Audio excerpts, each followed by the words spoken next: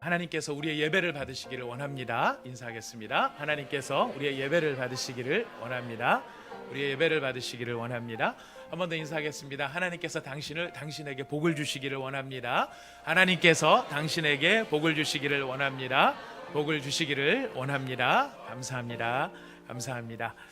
오늘 함께 은혜 받을 말씀은 다니엘서 9장에 있는 말씀을 같이 봉독하도록 하겠습니다. 1절부터 19절까지의 말씀입니다. 우리가 함께 교독하는 이 말씀은 지금도 살아계신 하나님의 말씀입니다. 저희가 함께 교독하도록 하겠습니다. 메대족 속 아하수에로의 아들 다리오가 갈대아 나라 왕으로 세움을 받던 첫 해, 곧 그 통치 원년에 나 다니엘이 책을 통하여 여호와께서 말씀으로 선지자 예레미야에게 알려주신 그 연수를 깨달았나니 곧 예루살렘의 황폐함이 70년 만에 그치리라 하신 것이니라. 내가 금식하며 베옷을 입고 죄를 덮어쓰고 주 하나님께 기도하며 간구하기를 결심하고 내 하나님 여호와께 기도하며 자복하여 이르기를 크시고 두려워할 주 하나님, 주를 사랑하고 주의 계명을 지키는 자를 위하여 언약을 지키시고 그에게 인자를 베푸시는 이시여, 우리는 이미 범죄하여 패역하며 행악하며 반역하여 주의 법도와 규례를 떠났사오며 우리가 또 주의 종 선지자들이 주의 이름으로 우리의 왕들과 우리의 고관과 조상들과 온 국민에게 말씀한 것을 듣지 아니하였나이다. 주여, 공의는 주께로 돌아가고 수치는 우리 얼굴로 돌아옴이 오늘과 같아서 유다 사람들과 예루살렘 거민들과 이스라엘이 가까운 곳에 있는 자들이나 먼 곳에 있는 자들이 다 주께서 쫓아내신 각국에서 수치를 당하였사오니 이는 그들이 주께 죄를 범하였음이니이다. 주여, 수치가 우리에게 돌아오고 우리의 왕들과 우리의 고관과 조상들에게 돌아온 것은 우리가 주께 범죄함이다마는 주 우리 하나님께는 긍휼과 용서하심이 있사오니 이는 우리가 주께 패역하였음이오며 우리 하나님 여호와의 목소리를 듣지 아니하며 여호와께서 그의 종 선지자들에게 부탁하여 우리 앞에 세우신 율법을 행하지 아니하였음이니이다. 온 이스라엘이 주의 율법을 범하고 치우쳐 가서 주의 목소리를 듣지 아니하였으므로 이 저주가 우리에게 내렸으되 곧 하나님의 종 모세의 율법에 기록된 맹세대로 되었사오니 이는 우리가 주께 범죄하였음이니이다. 주께서 큰 재앙을 우리에게 내리사 우리와 및 우리를 재판하던 재판관을 쳐서 하신 말씀을 이루셨사오니 온 천하의 예루살렘에서 일어난 일 같은 것이 없나이다. 모세의 율법에 기록된 대로 이 모든 재앙이 이미 우리에게 내렸사오나 우리는 우리의 죄악을 떠나고 주의 진리를 깨달아 우리 하나님 여호와의 얼굴을 기쁘게 하지 아니하였나이다. 그러므로 여호와께서 이 재앙을 간직하여 두셨다가 우리에게 내리게 하셨사오니 우리의 하나님 여호와께서 행하시는 모든 일이 공의로우시나 우리가 그 목소리를 듣지 아니하였음이니이다. 강한 손으로 주의 백성을 애굽 땅에서 인도하여 내시고 오늘과 같이 명성을 얻으신 우리 주 하나님이여, 우리는 범죄하였고 악을 행하였나이다. 주여 구하옵나니 주는 주의 공의를 따라 주의 분노를 주의 성 예루살렘 주의 거룩한 산에서 떠나게 하옵소서. 이는 우리의 죄와 우리 조상들의 죄악으로 말미암아 예루살렘과 주의 백성이 사면에 있는 자들에게 수치를 당함이니이다. 그러하온즉 우리 하나님이여, 지금 주의 종의 기도와 간구를 들으시고 주를 위하여 주의 얼굴빛을 주의 황폐한 성소에 비추시옵소서. 나의 하나님이여, 귀를 기울여 들으시며 눈을 떠서 우리의 황폐한 상황과 주의 이름으로 일컫는 성을 보옵소서. 우리가 주 앞에 간구하옵는 것은 우리의 공의를 의지하여 하는 것이 아니요 주의 큰 긍휼을 의지하여 함이니이다. 19절을 같이 읽겠습니다. 주여 용서하소서. 주여 귀를 기울이시고 행하소서. 지체하지 마옵소서. 나의 하나님이여, 주 자신을 위하여 하시옵소서.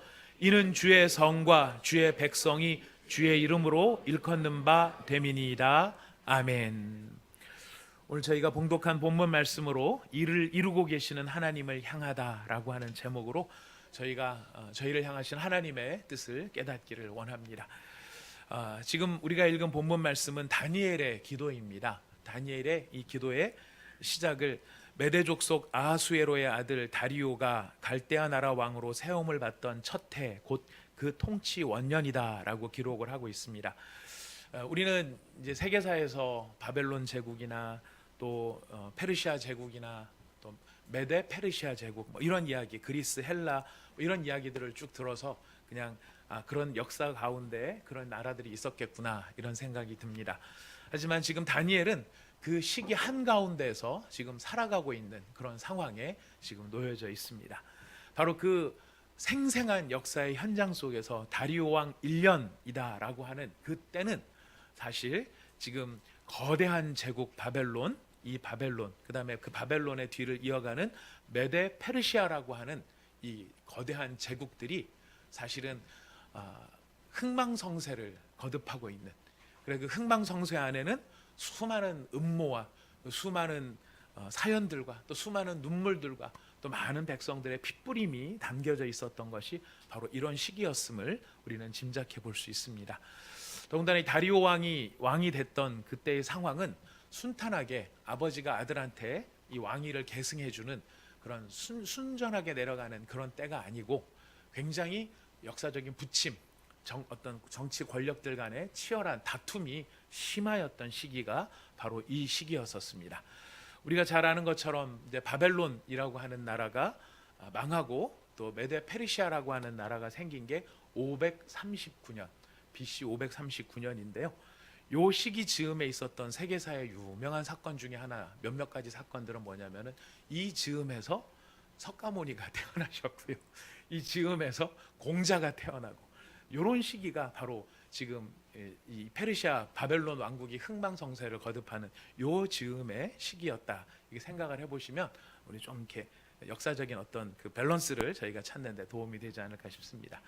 자, 근데 이 시기가 왜 중요하냐? 이스라엘 역사에 있어서 우리가 또 말씀의 역사에 있어서 굉장히 중요한 것은 뭐냐면 바로 그렇게 539년에 메데 페르시아가 세워지고 그때의 임금, 그때의 황제는 고레스라고 하는 사람이 이제 황제가 되었습니다.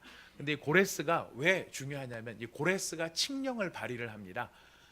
바벨론 제국에 있었던 모든 유대인들은 이제 이스라엘로 돌아가도 좋다라고 하는 그 칙령을 발표한 사람이 고레스예요.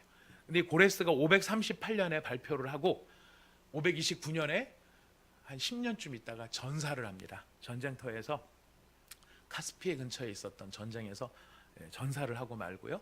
그 아들 캄비세스 2세가 왕으로 올라갔지만 이 왕도 이제 나중에 한 10년쯤 있다 자살을 해요. 참 왜 자살했는지까지는 이유는 제가 죽이진 않았습니다만 아무튼 이 자살을 하고 그 다음에 세워진 사람이 다리오예요. 그리고 지금 다니엘이 기도를 하고 있었던 이 때가 언제냐면 바로 이 다리오 왕이 세워졌던 때였어요. 그러니까 시기적으로 왕이 죽고 막 바뀌고 하는 이런 시기니까 얼마나 사실은 격변기였는지 혼란한 시기였는지 우리가 좀 어림짐작해 볼 수 있지 않을까 싶습니다. 여러분, 이런 격변의 시기를 살아갈 때 사람들은 뭘 생각하면서 이 시기를 맞이할까요? 우리가 핸들링하기 할 수 없고 굉장히 어려운 이런 시기를 우리가 지나간다라고 한다면 그 시기 한가운데를 지나갈 때 우리는 무엇을 생각하면서 지나갈까요? 우리나라도 과거 IMF 시절을 생각을 해보면 그때는 봄이고 여름인데도 추웠다는 생각밖에 안 드는 것 같아요. 왠지 뭔가 추웠고 대낮인데도 뭔가 약간 좀 어두운 듯한 느낌이 들고 뭐 이런 상황이 아니었나 싶어요. 요즘도 우리가 살아가는 이 시대가 과연 참 예측 가능한 시대인가 생각을 해보면 또 새로운 심각한 격변의 시기가 우리 앞에 도래하고 있는 게 아닌가 이런 생각들을 해보게 됩니다. 이런 격변의 시기가 우리 앞에 돌아온다면 우리는 무슨 생각을 하면서 살아갈까요? 많은 사람들의 첫 번째 생각은 어떻게 하면 살아남을까 하는 것이 아닐까 싶습니다. 어떻게 하면 우리 사업체가 살아남고 어떻게 하면 이 격변의 시기에 살아남을 수 있을까? 두 번째는 더 탁월한 사람도 있는 것 같아요. 어떻게 하면 이때 한번 권력을 잡아볼까? 이 생각을 하는 사람이 있고요. 제가 얼마 전에 이렇게 유튜브를 이렇게 보다가 이제 격변의 시기가 도래하고 있습니다. 이때가 돈 벌 기회입니다. 이런 또 그 글을 영상을 올리신 분들도 계시더라고요.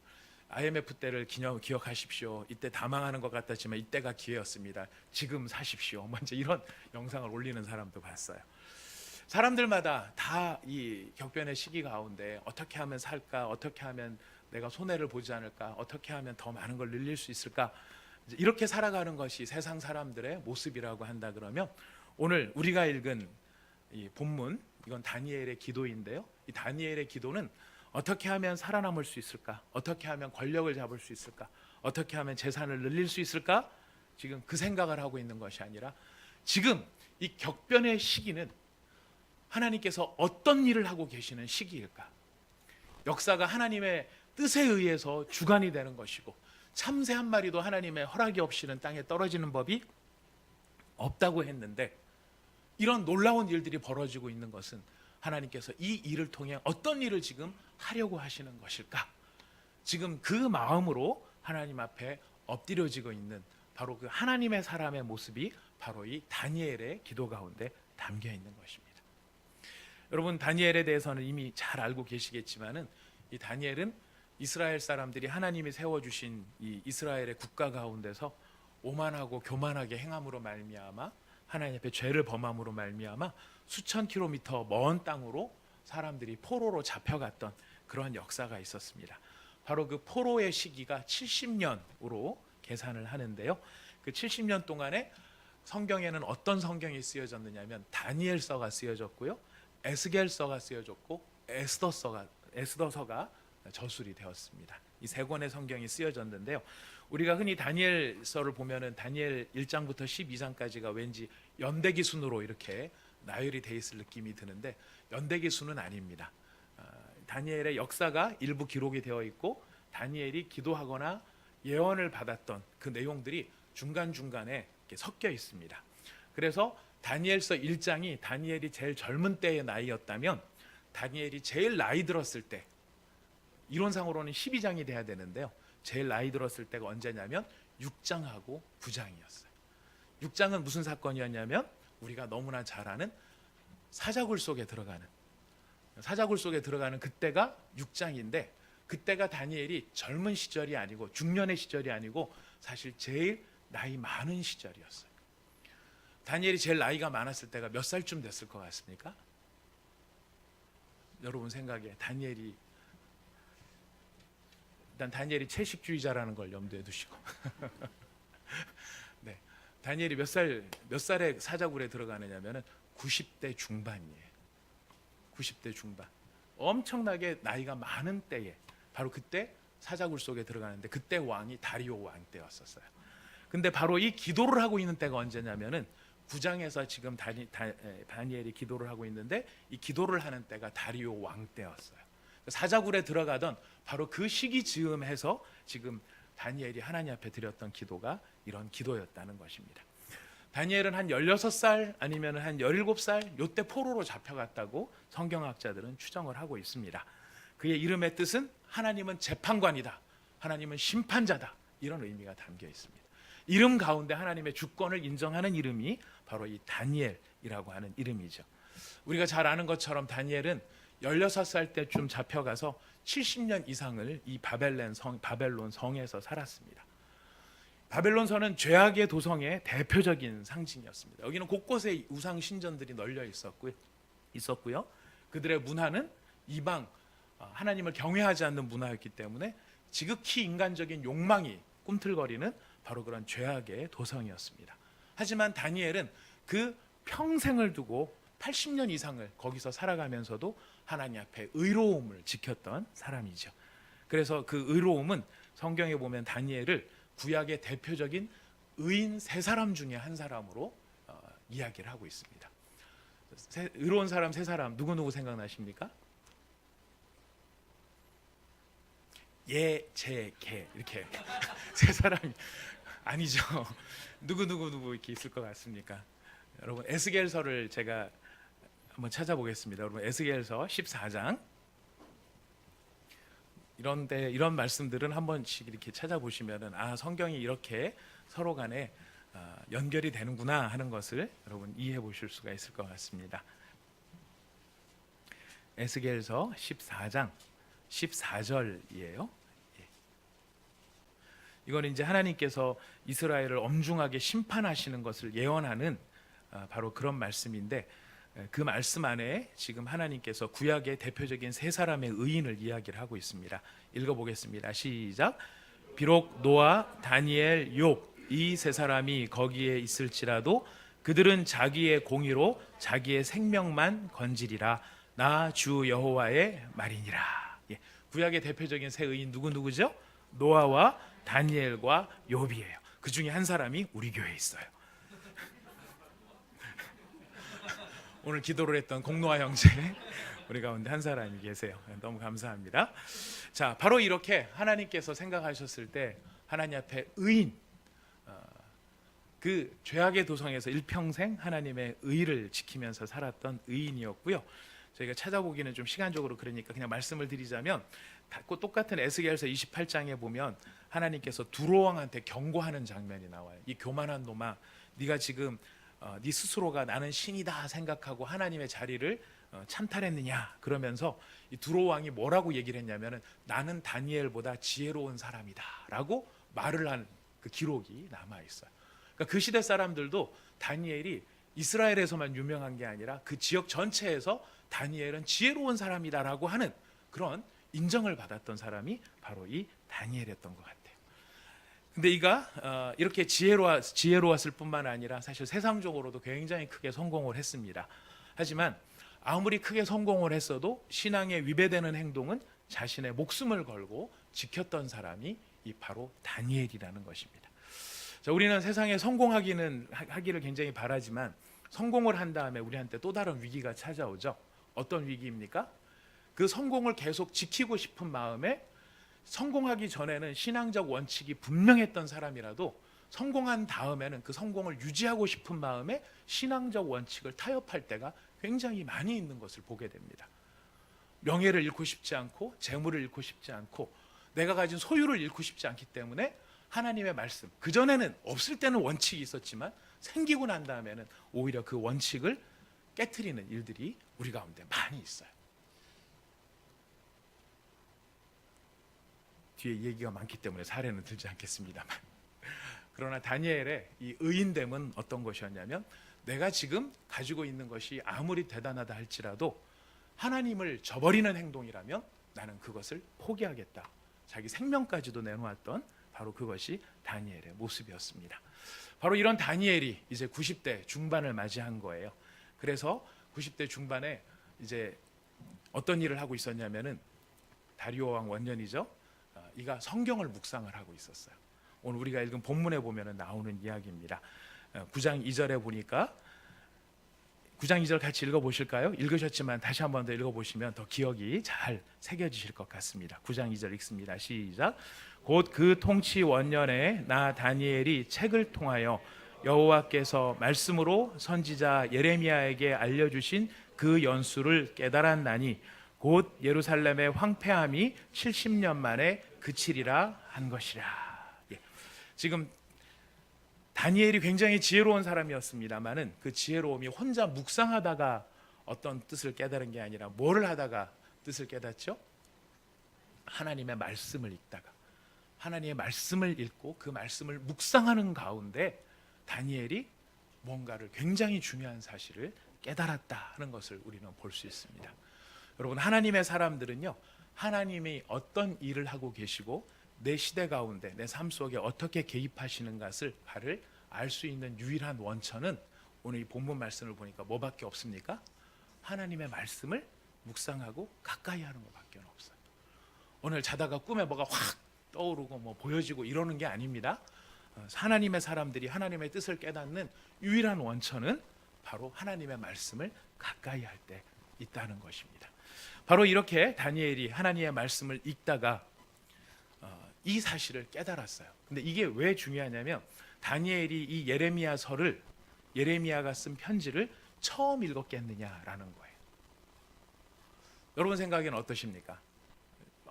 막 그 다니엘이 예레미야가 예전에 이거 쓴 책이야.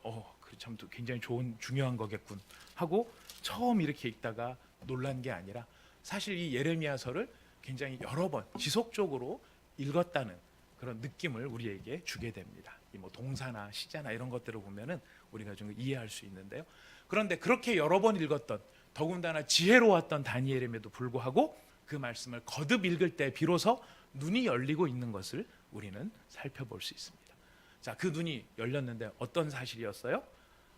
하나님께서 약속하신 것대로, 약속하신 것처럼 이제 70년, 포로기 70년이 끝나가고 있다라고 하는 것을 알게 된 거예요. 자, 하나님의 뜻이 이제 마침내 70년 포로 생활이 끝나고 하나님이 하나님의 일을 이루시겠구나 하는 것을 다니엘이 깨달았어요. 자, 그러면은 어떻게 해야 될까요?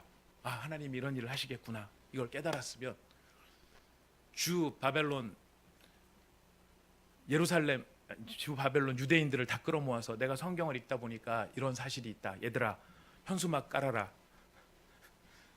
곧 귀한 예정임, 뭐 이런 것들 붙여라, 이렇게 한 것이 아니었어요. 다니엘이 그 사실을 깨달았을 때 사람에게 먼저 이야기한 것도, 누구하고 상의한 것도 아니라 그는 누구 앞에 먼저 반응을 보이죠? 하나님 앞에 반응을 보였다는 것입니다. 그 하나님 앞에 하나님께서 이런 뜻을 가지고 계시고 하나님께서 반드시 이런 일을 이루실 것이라고 하는 것을 그가 알았어요.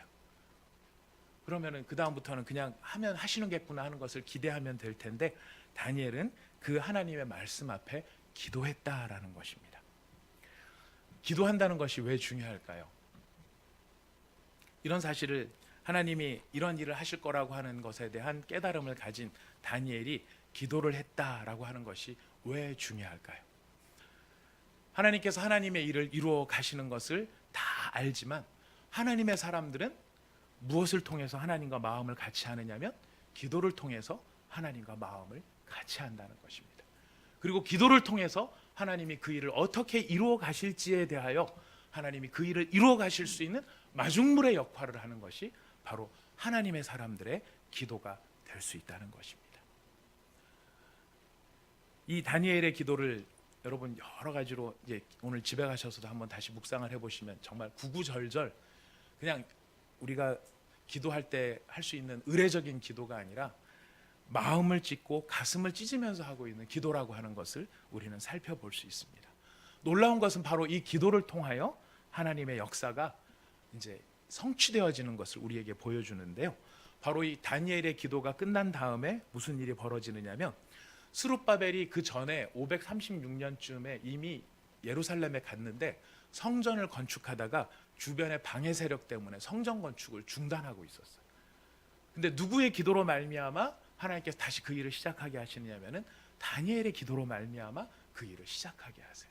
그래서 522년에 기도를 하게 하셔서 몇 년도에 완성이 되느냐면은 516년, BC 516년에 스룹바벨 성전이 완공이 되고요.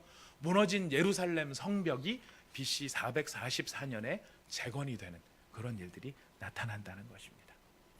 우리는 많은 경우에 하나님이 무슨 일을 하시겠다 그러면 하나님이 하시겠지라고 하고, 우리 자신들은 그냥 하나님이 하시나 보다, 성경을 읽으면서 하나님 이런 일을 좋아하시네, 좋겠네, 이렇게 하는 것으로 끝날 수 있습니다만은, 하나님은 그 뜻을 깨닫게 하시는 자들이 뭘 하게 하신다고요? 기도하게 하신 것을 통해서 하나님의 일을 이루어 가시는, 역사를 이루어 가시는 그런 방식으로 하나님의 일을 하고 계신다는 것입니다. 여러분, 우리는 사실 굉장히 별 힘이 없는 사람일 수도 있습니다. 요즘 같은 시대에 우리는 정말 한 개인의 힘이 그렇게 뭐 대단한 것 같으면서도 결국 그렇게 대단하지 않을 수도 있다는 것을 보게 되는데, 우리가 자연인의 한 사람으로서는 우리가 별것 아닌 사람일지 모르지만 하나님의 뜻을 깨달은 하나님의 사람으로 우리가 설 때 우리 한 사람은 결코 미약한 사람도 아니고 보잘것없는 사람도 아니고 아무것도 아닌 사람이 아니라는 것입니다. 왜냐하면 하나님은 그 뜻을 깨닫게 한 사람의 기도를 통하여 하나님의 아름다운 일을 이루어 가시기 때문에 그렇다는 것입니다. 여러분 모두 우리가 이런 기도의 사람들이 되었으면 좋겠어요. 자, 그랬는데 이게 다니엘의 기도, 이제 우리가 오늘 두 가지를 여러분 마음속에 좀 새겨 주셨으면 좋겠는데요. 이 다니엘의 기도의 핵심은 무엇이냐면, 우리가 지난 시간까지 계속 이상하게 저도 왜 이렇게 이게 반복이 되는가 모르겠는데 하나님의 우리를 향하신, 우리에게 주시고 싶은 하나님의 말씀이라고 생각합니다. 여기에서도 뭐가 등장하느냐면은 헤세드가 등장을 하는 거예요. 지금 다니엘이 구하는 기도의 핵심이 뭐냐면 하나님의 헤세드를 구하는 거예요. 여러분, 이 4절 말씀을 같이 한번 읽어보겠습니다. 4절 말씀 시작. 내 하나님 여호와께 기도하며 자복하여 이르기를 크시고 두려워할 주 하나님, 주를 사랑하고 주의 계명을 지키는 자를 위하여 언약을 지키시고 그에게 인자를 베푸시는 이시여. 지금 다니엘이 하나님을 크고 두려워할 하나님이라고 말하면서 그분의 높으심을 지금 말씀드리면서 하나님에게 어떤 것을 상기시켜 드리냐면 주님은 언약을 지키시는 하나님이십니다. 그리고 주님은 무엇을 베푸시는 하나님이십니까? 인자를 베푸시는 거예요. 이 인자가 무엇일까요? 헤세드라는 거예요. 하나님은 하나님의 사랑을, 하나님을 사랑하는 사람, 그리고 하나님의 계명을 지키는 자들을 위해서 언약을 지키시고 헤세드를 베푸시는 분이시다. 기억 다시 상기시켜 드립니다. 헤세드는 뭐가 헤세드라고요? 베풀지 않아도 되는 자비를 베푸시는 것이 하나님의 헤세드예요. 지금 다니엘은 하나님 앞에서 하나님의 헤세드를 베풀어 주십시오. 우리가 은혜를 받을 자격은 없지만 자격이 없는 우리라 할지라도 우리에게 은혜를 베풀어 주십시오. 그것이 하나님의 헤세드입니다. 이렇게 기도를 하고 있는 것입니다. 지금 다니엘의 기도를 놓고 보면은 다니엘은 인정을 해요. 하나님, 우리가 하나님의 말씀을 안 들었습니다. 그래서 그 결과 우리는 세 가지를 당해요. 9절에 보면은 수치를 당한다라고 되어 있어요. 두 번째 11절에 보면 저주를 당했다라고 되어 있어요. 세 번째 12절에 보면 재앙을 당했다라고 되어 있습니다. 이스라엘 백성들이 하나님의 말씀에 귀를 기울이지 않을 때 그들에게 임한 것은 수치였고 하나님의 저주였고 저주로 말미암아 내려온 재앙이었어요. 근데 더 심각한 문제가 있습니다. 이런 수치와 저주와 재앙을 당하는 이스라엘이 13절, 이거는 읽어보도록 하겠습니다. 13절 함께 읽겠습니다. 시작. 모세의 율법에 기록된 대로 이 모든 재앙이 이미 우리에게 내렸사오나 우리는 우리의 죄악을 떠나고 우리의 진리를 깨달아 우리 하나님 여호와의 얼굴을 기쁘게 하지 아니하였나이다. 무슨 말이에요? 수치와 저주와 재앙을 당하는데도 불구하고 돌이키지 않았다라는 거예요. 더 심각한 거예요. 차라리 수치와 재앙과 이 저주를 당한 다음에 하나님 우리가 잘못했습니다. 우리를 용서해 주십시오라고 깨닫고 돌아왔다라고 한다 그러면 아마 다니엘의 기도가 좀 달라졌을지 몰라요. 그러나 하나님이 아무리 이렇게 말씀을 하시고 이런 어려움을 당함에도 불구하고 이스라엘은 무엇을 피우고 있습니까? 고집을 피우고 있었다. 그리고 그 마음이 완악했었다라는 거예요. 그건 다 옛날 얘기고 우연히 벌어진 일이고 세상이라는 게 하나님이 어디 있어? 그냥 뭔가 좀 그래도 좀 우리가 찝찝하니까 그냥 나와서 그냥 이렇게 하는 거지. 뭘 그렇게 사람이 왜 살아? 하나님 그렇게 심각한 하나님, 좋으신 하나님이고 대단한 하나님이시면 내가 좀 예배 좀 뭐 이렇게 소홀히 하고 세상 좀 바쁘게 산다고 해서 그걸 갖고 하나님 뭐라고 하시고 너무 째째하잖아, 쫀쫀하잖아. 아마 어쩌면 그렇게 쉽게 생각하는 생각이 이스라엘 백성들한테 있었을지 모르겠습니다. 그래서 이런 이스라엘이기 때문에 지금 다니엘은 하나님 앞에 무엇을 구한다고요? 헤세드의 은혜를 구하고 있다는 거예요. 벌을 받으면서도 그 벌에 대한 이유를 헤아리지 못하고 돌이키지 못하는 이 완악한 백성. 하지만 그 완악한 백성이지만 그래서 그 은혜를 받을 자격은 전혀 없지만 그러나 주님 그럼에도 불구하고 우리에게 은혜를 베풀어 주십시오. 이것이 하나님 앞에 구하는 다니엘의 헤세드의 기도였다는 것입니다. 그가 무엇을 구합니까? 두 가지를 구해요. 16절 17절인데요. 이것도 같이 읽어보겠습니다. 16절 17절 시작. 주여 구하옵나니 주는 주의 공의를 따라 주의 분노를 주의 성 예루살렘 주의 거룩한 산에서 떠나게 하옵소서. 이는 우리의 죄와 우리 조상들의 죄악으로 말미암아 예루살렘과 주의 백성이 사면에 있는 자들에게 수치를 당함이니이다. 그러하온즉 우리 하나님이여 지금 주의 종의 기도와 간구를 들으시고 주를 위하여 주의 얼굴빛을 주의 황폐한 성소에 비추시옵소서. 두 가지를 구하는데 하나는 16절에 보니까 주의 분노를 떠나게 하여 주옵소서. 그리고 17절에 보니까 주의 얼굴빛을 주의 황폐한 성소에 비추어 주시옵소서. 다니엘이 지금 깨달은 것은 우리가 이런 어려움과 환난 가운데서 벗어날 수 있는 것은 일단 이 진노가 하나님으로 말미암은 것이기 때문에 하나님께서 이 분노를 거두어 가 달라는 것이었고, 두 번째는 황폐해진 하나님의 예배의 처소를 주의 얼굴빛을 비추어 주시어서 우리로 그 얼굴빛을 보고 회복되게 하여 주시옵소서라고 기도하고 있는 것입니다. 성을 재건해달라, 성전을 완공해달라, 구체적인 사안도 굉장히 중요하겠지만 더 중요한 것은 무엇이었냐면, 주님, 우리의 우리가 이런 분노를 당하고 있는데 일단 우리한테서 분노를 거두어가 주시고, 두 번째는 주님의 얼굴빛이 우리의 무너져 있는 예배의 처소 가운데 다시 비춰질 수 있도록 은혜를 베풀어 주시옵소서라고 기도했던 것입니다.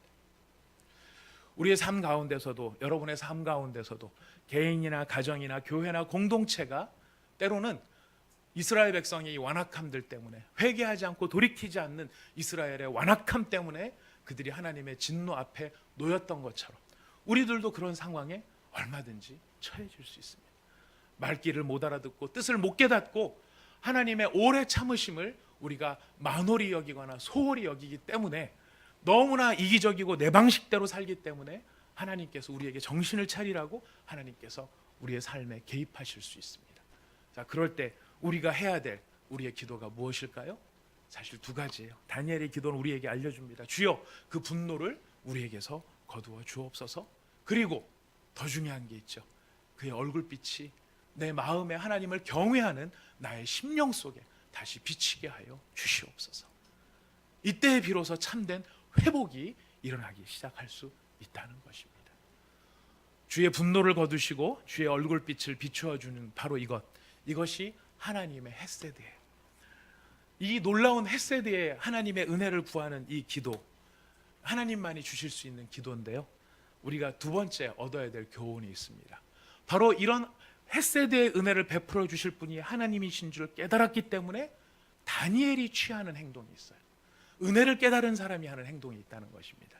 그것은 무엇이냐면, 다니엘의, 우리가 아까 기도라 그랬는데요, 그 기도가 사실은 다니엘도 헤세드의 마음으로 기도하고 있다라는 것이. 다니엘이 기도하는데 어떤 마음으로 했기 때문에 헤세드의 기도인가? 여러분, 다니엘이 기도할 때 아까 여러분들 3절입니다. 3절을 같이 한번 읽어보겠습니다. 3절 시작. 내가 금식하며 베옷을 입고 죄를 덮어쓰고 주 하나님께 기도하며 간구하기를 결심하였다. 하나님의 뜻이 이제는 언약의 때가 이루어졌기 때문에 이 언약의 때에 하나님께서 일하시기를 바라보고 모든 분노를 거두시고 주의 얼굴빛을 비추기를 원하시는 그 마음에 깨달음이 있었던 다니엘은요, 그 깨달음 가운데 하나님 앞에 기도를 할 때 그냥 기도한 게 아니라 세 가지를 놓고 얘기를 해요. 처음에 뭐를 해요? 금식을 했어요. 두 번째, 무엇을 입었대요? 베옷을 입었대요. 원래 지금 다니엘은 어떤 입장이냐면 왕국에서 왕 다음으로 높은 사람이에요. 굉장히 아름다운 옷을 입고 굉장히 좋은 옷을 입을 수도 있음에도 불구하고 베옷을 입었다. 무슨 뜻입니까? 회개의 자리에 들어갔다라는 거예요. 죄를 뒤집어 썼어요. 땅 위에 뒹굴고 있다는 것입니다. 근데 이게 어떻게 금식과 베옷을 입고 죄를 덮어쓰는 회개의 기도를 하는데, 여러분 다시 한번 기억하십시오. 그의 나이가 몇 살이었다고요? 90세 중반이었어요. 90세 중반의 사람이 기도를 한다면 어떤 기도를 해야 될까요?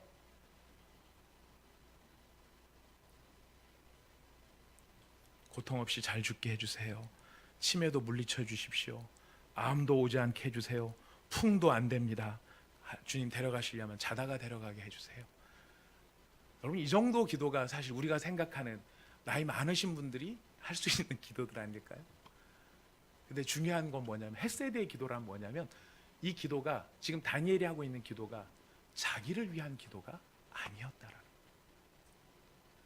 내 죄와 내 잘못과 내 모자람 때문에 금식을 하고 베옷을 입고 죄를 뒤집어쓰고 뒹구는 90 중반의 할아버지가 지금 자기가 잘못한 무엇 때문에 그런 게 아니고, 사실 다니엘이 이렇게 할 필요가 있습니까? 없습니까?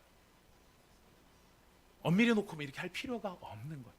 할 필요가 없는데 자기를 위한 것이 아니라 다른 사람을 위해 대신 금식하고 대신 베옷을 입고 대신 죄를 덮어쓰고 90의 나이에 하나님 앞에 이렇게 엎드려질 수 있는 바로 이 모습이 어떤 마음이에요? 헤세드의 마음이라는. 하나님의 헤세드의 마음을 깨달은 사람들이 우리가 일평생을 살아가면서 다른 사람에게 베풀 수 있는 헤세드의 마음이 무엇인가? 오늘 다니엘은 우리에게 분명하게 이야기를 해주고 있습니다. 나의 잘못, 나의 죄악, 나의 문제. 요즘에는 굉장히 책임제가 분명하게 막 여론이나 이런 것들이 워낙 하다 보니까 사람들이 조금만 문제가 생기면 선긋기에 굉장히 바빠요. 그 전에는 막 조금이라도 친하게 지내려고 그러고 연결해달라고 그러고 막 여러 가지 사건들을 보잖아요. 근데 막 뻥 터지니까 어때요? 다 모른대요. 그 사람 모른대요. 다 그 사람 모른대요. 이게 사람들의 모습이죠. 왜냐하면 거기에 내가 엮이는 게 싫으니까. 지금 다니엘도 그렇게 할 수 있었어요. 하나님, 그거는 내가 한 게 아니고 70년 전에 우리 할아버지들이 그때 다 했던 일들이에요. 나하고는 상관없습니다. 내가 왜 이 고생을 해야 되나요? 그러나 다니엘이 그렇게 하지 않죠. 뭐라고 이야기합니까? 주여, 이것은 우리의 죄악입니다. 우리의 잘못입니다. 그래서 그 잘못들을 자기의 것으로 품고, 그래서 나의 잘못이기 때문에 바로 이렇게 회개하고 금식하는 모습, 바로 이것이 다니엘의 기도의 모습이었다는 것이. 오늘 우리 시대가 험악한 시대로 갈지 안 갈지 정말 기도가 많이 필요한 시대라고 저는 생각을 합니다. 모든 것을 쌓기는 힘들어도 무너지기는 한순간에 다 무너져 버릴 수 있는 그런 일들을 역사를 통해서 보게 됩니다. 지금 다니엘이 살았던 것처럼 국가도요, 영원한 게 없어요. 권력도요, 최고의 권력이 계속 가는 법도 없어요. 그 모든 권력을 가졌던 사람들이 저게 무너질까 싶었던 그 권력이 무너지고요, 저 나라가 망할까 싶었던 나라가 한순간에 망할 수도 있습니다.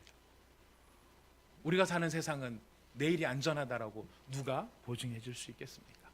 자, 그랬을 때 하나님의 일하심을 바라보는 우리가 할 수 있는 가장 중요한 일은 무엇일까요? 하나님 앞에 하나님의 헤세드의 은혜를 구하며 헤세드의 마음으로 기도하는 것이, 헤세드의 마음으로 할 수 있는 기도가 바로 중보 기도인 것이. 오늘 우리가 적용적으로 한 가지만 말씀드리고 말씀을 마무리하려고 합니다. 여러분, 이런 말씀을 드리면은 이런 생각 혹시 하실지 모르겠어요. 아, 나도 기도 잘하고 싶은데, 그죠? 나도 정말 하나님 앞에서 기도 잘하고 싶은데. 여러분, 기도가 잘 되시는 분도 여기 계시겠지만 기도 난 잘하고 싶은데 안 되시는 분들도 혹시 계실 거라고 생각이 됩니다. 여러분, 어떻게 하면 우리가 기도를 잘할 수 있는지 아십니까? 기도 오래 하고도 쉽잖아요. 최근 들어서도 이제 제가 듣는 말씀 중에 하나가, 기도를 하려고 그래도 기도 한 5분 하고 나면 할 게 없다, 이런 말씀을 하세요. 그리고 기도하다 보면은 막 집중력도 흐트러지고 막 너무 분주하다. 여러분, 어떻게 하면 기도 잘하는지 아십니까? 아시는 분들은 아실 거예요. 우리가 기도를 잘 할 수 있고 기도를 원하는 대로 오래 할 수 있는 굉장히 좋은 방법이 있어요. 그게 뭐냐면 다른 사람을 위해서 기도하는 거예요. 왜 기도가 긴 기도를 할 수 없는지 아세요? 내 기도하다 보면은요, 내 기도하다 보면 5분 하면 내 기도할 게 사실 거의 없어요. 그리고 여러분 솔직히 아시잖아요. 우리 하는 기도들, 하나님 앞에 드리는 기도가 거의 루틴하죠. 거의 패턴이 정해져 있죠. 하나님 아시죠? 예, 우리 집 재정 통장 상황 아시죠? 우리 아들내미 상황 아시죠? 우리 집안 형편 상황 아시죠? 내가 하도 많이 말해서 주님 귀에 딱지가 앉으셨죠? 또 말하니까 제 입도 무겁습니다. 이런 마음이 우리 마음에 들다 보니까 우리를 위한 기도가 그렇게 길지 않아요. 길게 될 수도 없어요. 근데 여러분, 그리고 말을 하다 보면 또 계면쩍기도 하거든요. 맨날 같은 이야기만 하니까. 또 그런데 다른 사람을 위해서 기도하잖아요. 그러면은 이런 표현을 좀 용서해 주십시오. 예. 나한테 뭘 달라고 하는 것보다 다른 사람한테 뭘 주시라 이렇게 기도할 때 굉장히 떳떳해지고 당당해지고 뿌듯해지는 것을 우리는 경험합니다. 나 자신을 위해서 뭔가를 막 구할 때는 너무 욕심 부리는 것 같고 이기적인 것 같고 낯간지러운 것 같은 때도 있어요. 하지만 다른 사람을 위해서 기도할 때는요, 왠지 좀 더 이타적인 존재가 되는 것 같아요. 그리고 하나님 앞에서도 왠지 조금 하나님 닮은 모습을 갖는 것 같아서 우리 마음에 위로가 될 수 있어요. 다른 사람을 위해서 근데 기도를 하려고 그러면 어떻게 되느냐면 조금 더 관심을 가지면 되거든요. 딴 게 아니에요. 조금만 더 관심을 가지면 돼요. 저 사람이 뭐가 필요한가? 어떤 심정인가? 어떤 형편에 있는가? 그것을 알고 하나님 아버지, 지금 저 사람, 우리 다락방의 저 순원, 저분이 이런 형편 속에 이런 상황에 놓여 있는데 하나님, 제가 생각해도 굉장히 답답할 것 같습니다. 하나님, 어떻게 방법이 없을까요? 주님이 좀 도와주시면 안 될까요? 우리 이런 마음으로 기도를 하다가 보면은요, 그 기도가 훨씬 간절함이 묻어나고 그를 향하여 헷세대의 은혜를 베풀어 주실 하나님의 은혜를 더 절실하게 구하게 되는 것을 우리는 볼 수 있습니다. 기도가 처음이라서 어색하신 분들도 계실 수 있겠지만은요, 처음부터 여러분 좋은 습관을 들이시면 됩니다. 누구를 위해서 기도하는 거라고요? 다른 사람을. 나를 위해서 기도하는 건 나 하나밖에 없기 때문에 늘 기도가 제한적이지만 다른 사람을 위한 기도는요, 사실 무궁무진해요. 무궁무진해요. 가족만 해도 몇 사람이에요? 친척 몇 사람이에요? 친구가 얼마나 돼요? 다락방 순원이 얼마나 됩니까? 교회 성도가 있죠?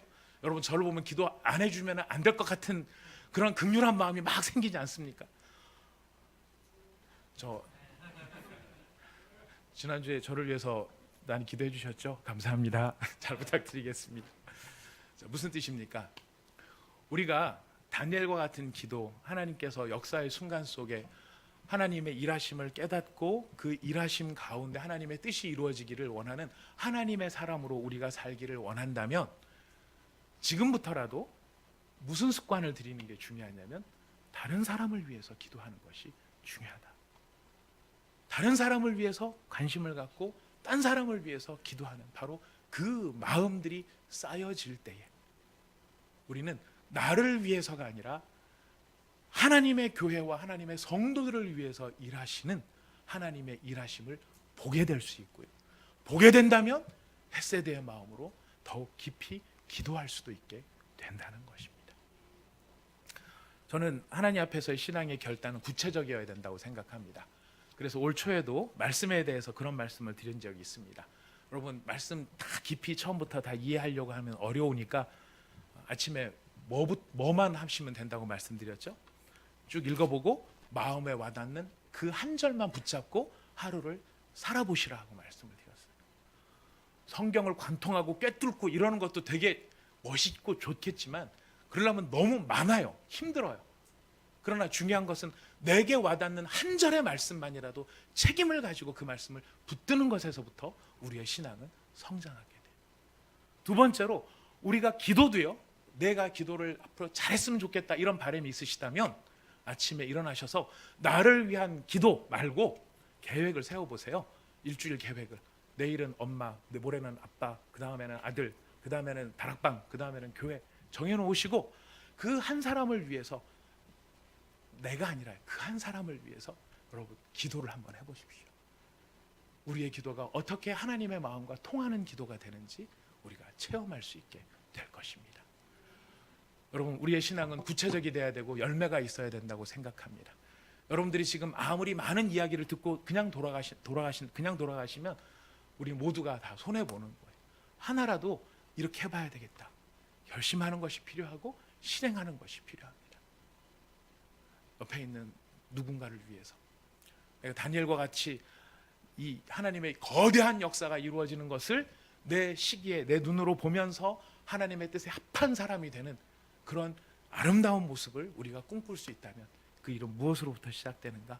바로 내 옆에 있는 누군가를 위하여 기도하는 일로 시작할 수 있다는 것입니다. 이 시간 우리 말씀을 생각하면서 한 1, 2분만 같이 기도할 텐데요. 여러분, 이 기도에 이렇게 한번 기도해 보십시오.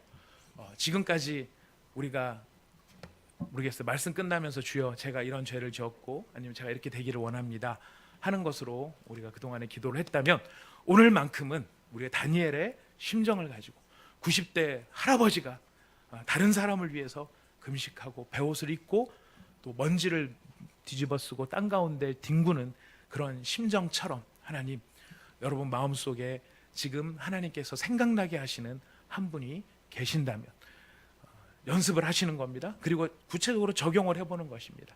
하나님, 이분을 기억하여 주옵소서.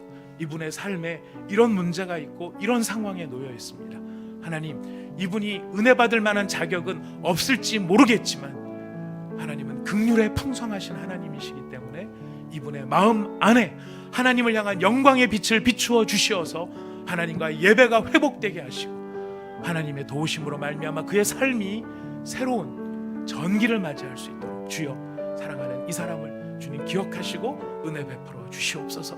우리 같이 말씀을 생각하면서 기도하도록 하겠습니다. 다 함께 기도하겠습니다. 하나님 아버지, 감사합니다.